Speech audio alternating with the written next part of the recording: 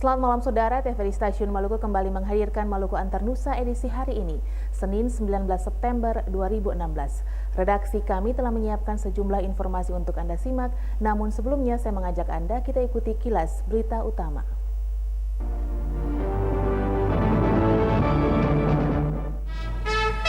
Menteri Pertahanan RI menyebutkan pendidikan kesadaran bela negara harus ditanamkan sejak usia dini.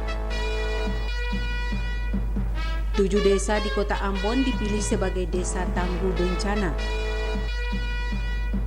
2 atlet dayung Maluku akan ke Belanda dan Vietnam.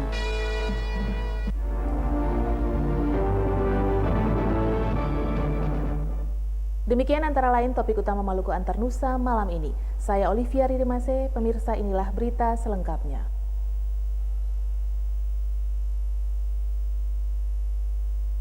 Menteri Pertahanan Republik Indonesia Jenderal TNI Purnawirawan Ria Mizar Triakudu mengatakan pendidikan bela negara harus ditanamkan sejak usia dini. Program bela negara yang dicanangkan Presiden Joko Widodo dinilai sangat efektif untuk memperkokoh kedaulatan negara.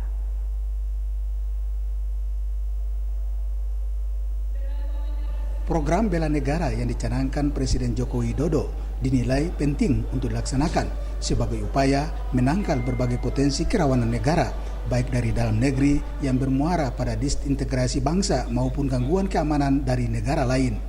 Hal tersebut disampaikan Menteri Pertahanan Republik Indonesia, Jenderal TNI Purnawirawan Ria Mizar Triakudu saat memberikan kuliah umum bagi Sivitas Akademika Unpati siang tadi di Ambon. Menhan menjelaskan, sebagai anak bangsa harus memiliki kepekaan kesadaran bela negara dan komitmen cinta terhadap tanah air. Karenanya program bela negara itu hendaknya ditanamkan sejak usia dini kepada anak bangsa. Terkait dengan implementasi program bela negara yang perlu menjadi perhatian kita bersama. Satu, ya, adalah konsep strategi pertahanan semesta. Yang kedua adalah program bela negara untuk mengatasi terorisme dan radikalisme. Ini perlu besar, ya, besar. Karena sekarang dan mendatang ini teroris akan radikal. Setiap saya mulai dari 2018, setiap saya bertemu dengan para menteri pertahanan kesehatan dunia, lalu bicarakan terorisme. Menhan menegaskan program kesadaran bela negara yang dicanangkan Presiden Joko Widodo difokuskan pada beberapa bagian terpenting yang saat ini menjadi isu global seperti terorisme, radikalisme, dan kejahatan lintas negara. Cinta tanah air dan kesadaran bernegara juga dipaparkan Menteri Pertahanan dalam kuliah umum tersebut. Abu Sahabawa, Cak Tamaela melaporkan. Saudara, kita beralih ke berita lain. 7 desa di Kota Ambon dipilih sebagai desa tangguh bencana. Ketujuh desa tersebut merupakan desa yang rawan dan sering tertimpa bencana alam.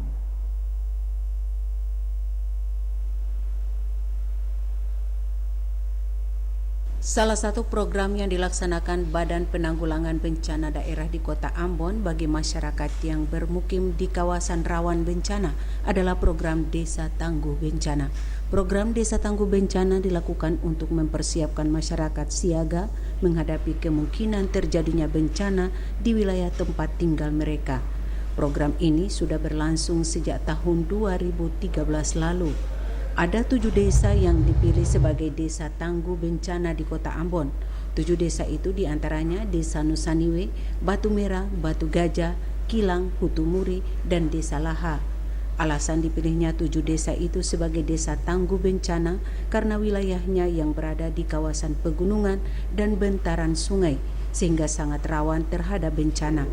Bencana yang sering terjadi pada 7 desa itu seperti tanah longsor dan banjir.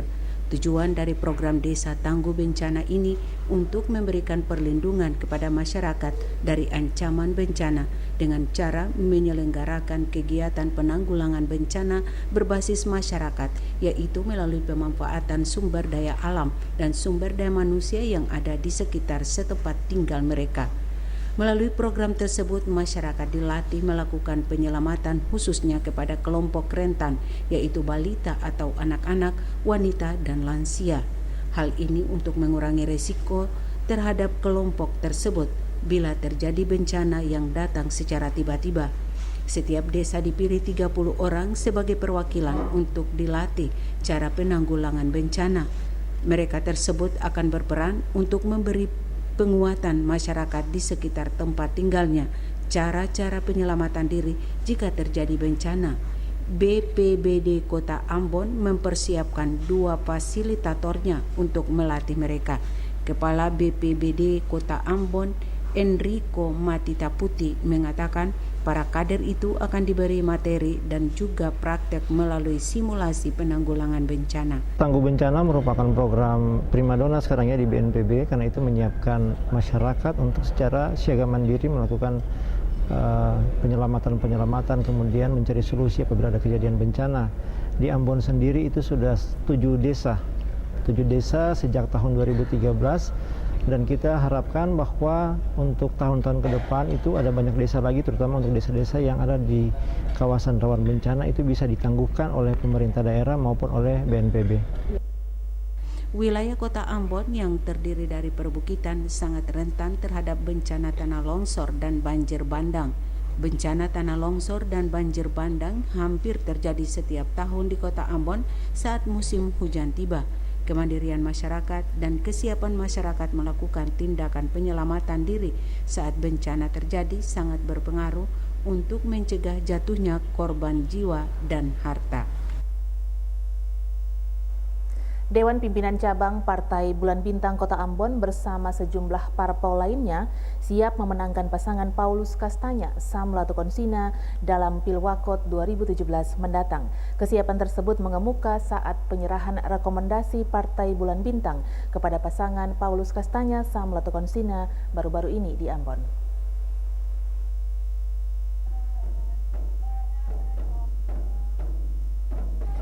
Penyerahan rekomendasi Partai Bulan Bintang Kota Ambon kepada pasangan Paulus Kastanya Sam Latukonsina atau yang dikenal dengan jargon pantas dilakukan di Panti Asuhan Al-Khairat. Ketua DPC Partai Bulan Bintang Kota Ambon Ridwan Hasan menyatakan dipilihnya Panti Asuhan sebagai tempat penyerahan rekomendasi karena pihaknya ingin anak yatim piatu dapat mendoakan pasangan dengan jargon pantas ini. Ridwan Hasan menegaskan rekomendasi yang diberikan kepada pasangan Paulus Kastanya Sam Latukonsina telah dipertimbangkan secara matang. Dirinya berharap dengan penyerahan rekomendasi ini seluruh kader Partai Bulan Bintang akan mengawal menuju kemenangan pasangan pantas dalam Pilwakot 2017 mendatang. Rekomendasi itu adalah rekomendasi DPP nomor 14 yang diberikan kepada Pak Poli dan Pak Sam akan bertarung di Pilkada 2017 nanti. Dan rekomendasi ini kita hilangkan semua polemik yang pernah terjadi dan kita berada di mana kita akan berjuang sampai titik darah penghabisan. Ketua Dewan Pimpinan Wilayah Partai Bulan Bintang Maluku, Saleh Watihelu menyatakan PBB merupakan partai politik ke-8 yang memberikan rekomendasi kepada pasangan Paulus Kastanya Sam Latukonsina. Selaku Ketua DPW Partai Bulan Bintang, Saleh Watihelu menginstruksikan kepada seluruh jajaran dan kader untuk bekerja maksimal memenangkan pasangan Paulus Kastanya Sam Latukonsina dengan mengkonsolidir kekuatan di lingkungan domisili masing-masing. Bahwa proses politik itu tidak ada cerita, tidak ada kos, pasti ada biaya politik. Ini acara begini juga kan datangkan orang juga kan ada kos. Artinya dengan momentum ini PBB optimis bisa menang. Optimis kan? Menang pantas. Ini lihat sendiri saja toh. Kita buktikanlah kita. Boy Nahrum Cak Tamaela melaporkan. Partai Nasdem optimis pasangan calon yang diusungnya akan memenangkan pemilihan wali kota, wakil wali kota Ambon tahun 2017 mendatang. Koalisi Golkar, Nasdem, dan P3 mengusung pasangan Richard Lohanapesi Sarif Hadler yang dikenal dengan jargon Paparisa Baru.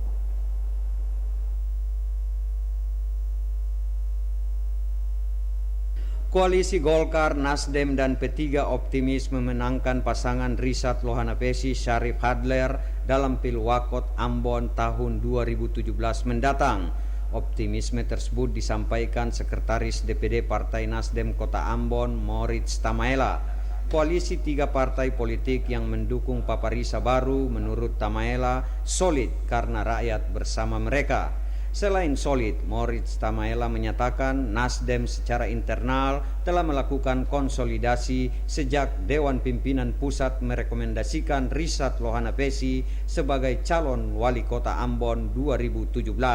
Bersama dengan sejumlah partai politik pengusung lainnya, diantaranya untuk sementara ini Golkar dan P3, Nasdem tentunya telah memiliki komitmen bersama bahwa pasangan Paparisa harus kita menangkan dalam perhelatan politik 2017 mendatang.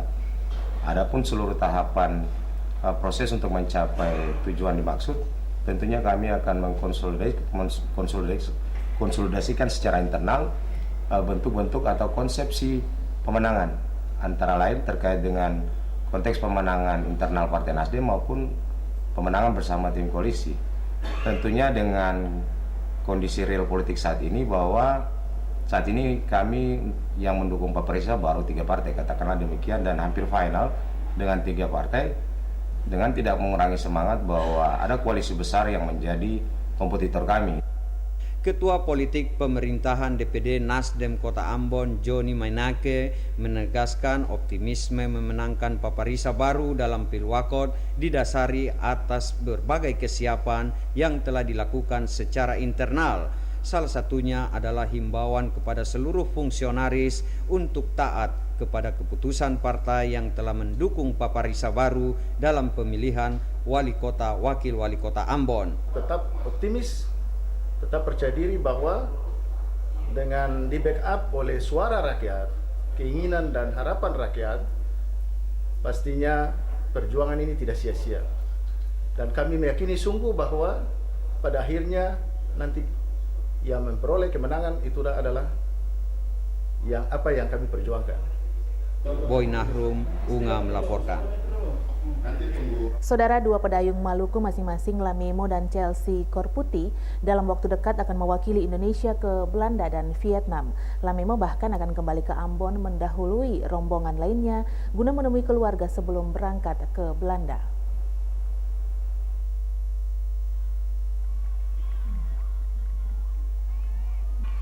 Lamemo dan Chelsea Korputi termasuk 2 atlet dayung Maluku yang ikut menyumbangkan medali bagi kontingen Maluku.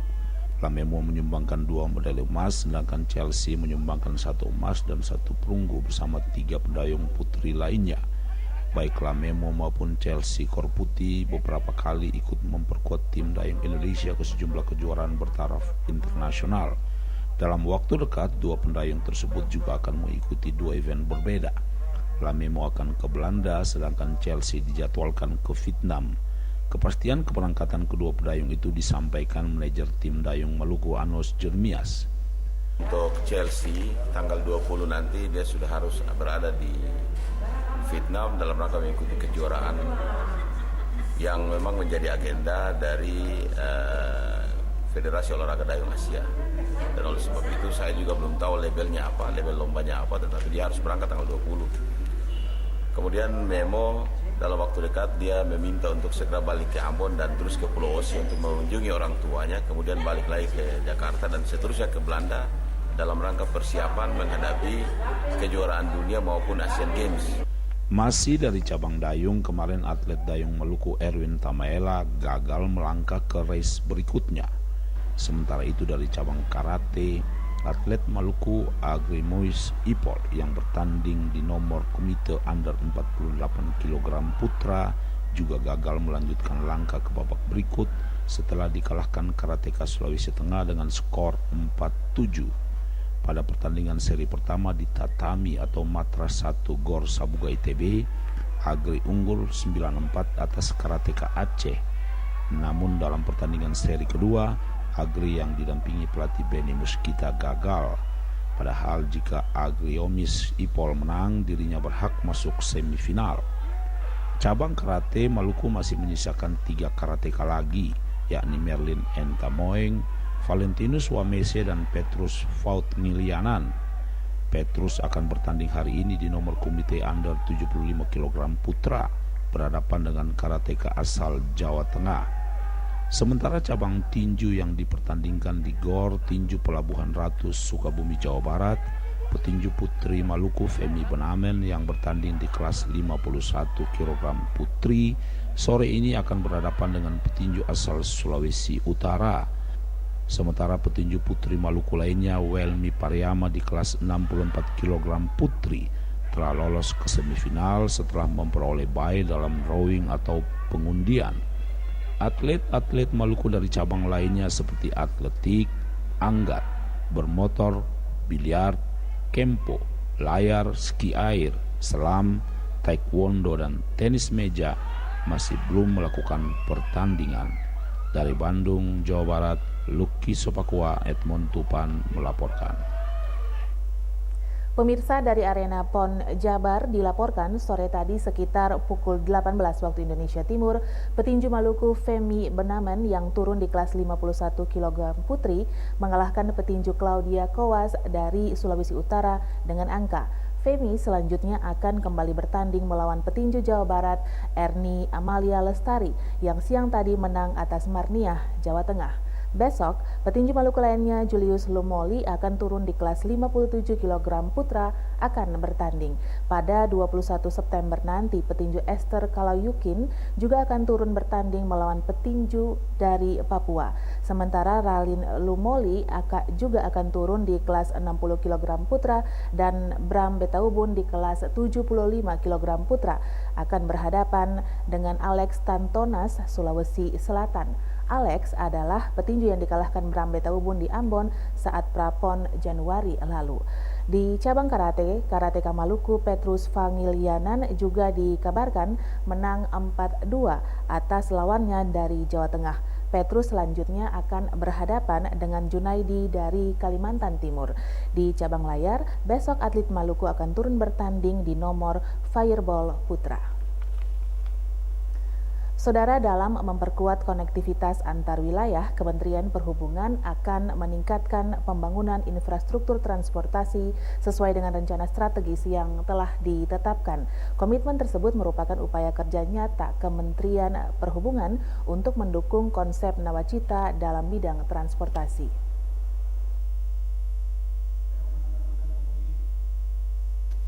Kementerian Perhubungan bertanggung jawab dan berupaya mewujudkan transportasi yang aman, selamat, dan nyaman bagi seluruh masyarakat Indonesia.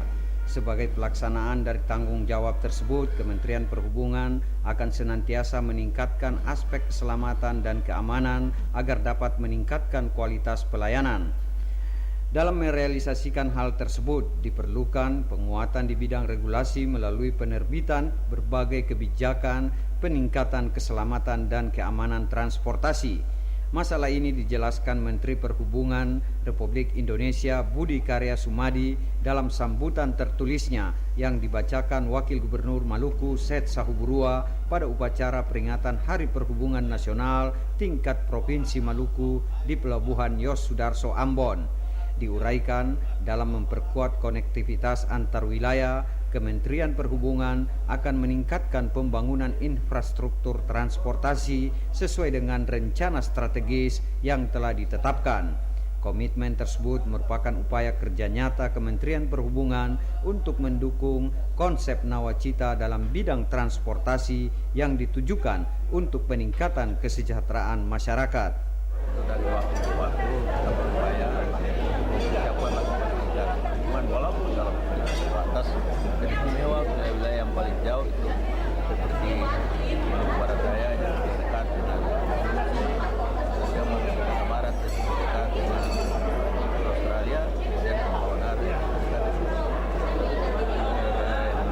Jangkau. Dari waktu ke waktu kita berupaya bisa memfasilitasi semua anggaran yang kita sediakan itu sangat terbatas. Kita juga harapkan ada bantuan pusat dalam anggaran pendapatan belanja daerah yang bisa membantu kita, karena kalau kita harapkan bisa Selain fokus pada konektivitas dan peningkatan aspek keselamatan dan keamanan, juga dilakukan peningkatan komitmen segenap sumber daya manusia perhubungan dalam melaksanakan tugas dan tanggung jawab. Menteri Perhubungan Budi Karya Sumadi juga mengingatkan kepada segenap insan perhubungan untuk mendorong keterlibatan pihak swasta, BUMN, dan BUMD dalam melakukan pembangunan dan pengelolaan transportasi untuk mewujudkan konektivitas antar wilayah. Boy Nahrum Kurniawan melaporkan. Bupati Buru Ramli Umasugi mewisuda 1.794 santri Taman Pendidikan Al-Quran se-Kabupaten Buru baru-baru ini. Jumlah itu merupakan yang terbanyak di Maluku selama ini.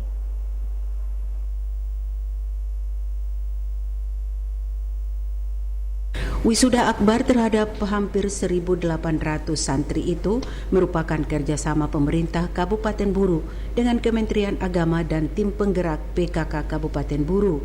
Wisuda santri TPQ mengusung tema menyiapkan generasi Qurani menyongsong masa depan Kabupaten Buru dalam rangka syiar agama sekaligus mensukseskan program gerakan Bupolo Maghrib Mengaji Gelora.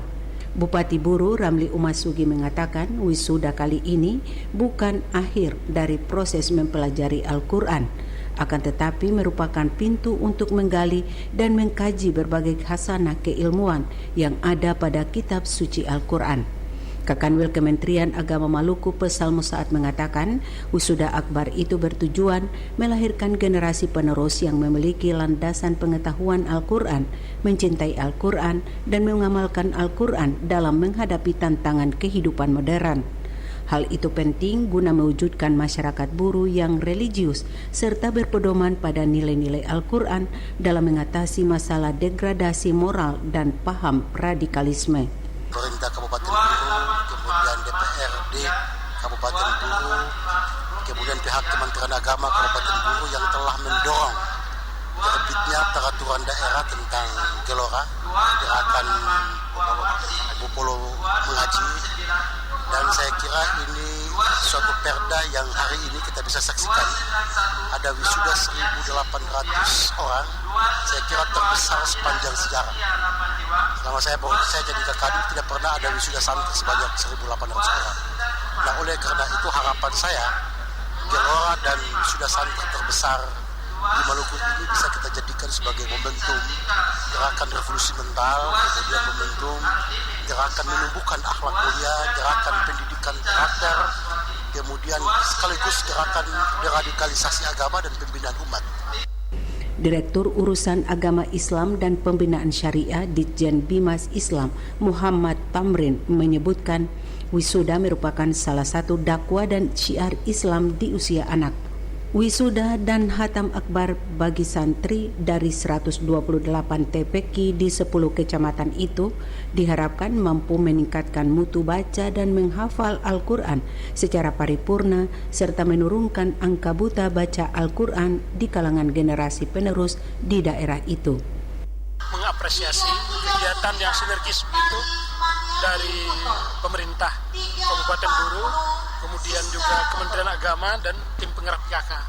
Ini dalam rangka ya bagaimana mencerdaskan masyarakat agamis sehingga Kabupaten Buru bisa apa yang disampaikan oleh Pak Kanwil masyarakat yang badatun, tayyibatun, warapun gapur. Pada wisuda akbar ini Muhammad Tamrin mengukuhkan Bupati Buru Ramli Umasugi sebagai Bapak Program Bupolo Maghrib Mengaji Gelora. Rahmalatu Konsina dan Lamarunga melaporkan. Program Gerakan Bupolo Maghrib Mengaji atau Gelora Mengaji yang dicanangkan pemerintah Kabupaten Buru pada tahun 2015 lalu kini berjalan sukses. Program itu dapat dikatakan berhasil karena diperkuat dengan peraturan daerah setempat.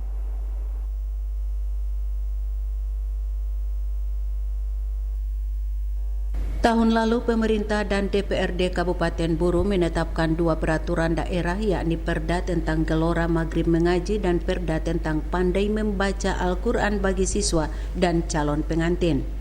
Hadirnya program Gerakan Bupolo Maghrib Mengaji merupakan solusi untuk menghidupkan dan mengembalikan budaya leluhur kultur dan tradisi sosial kemasyarakatan yang bersifat positif. Di sisi lain, tanggung jawab dan kesadaran setiap warga masyarakat, termasuk pemerintah, untuk memajukan pendidikan agama terutama yang dikelola masyarakat harus ditingkatkan. Kepala Kementerian Agama Kabupaten Buru Taslim Tuasikal mengatakan, secara historis keberadaan lembaga pendidikan telah memberikan andil yang sangat besar dalam membentuk moral karakter dan akhlak masyarakat.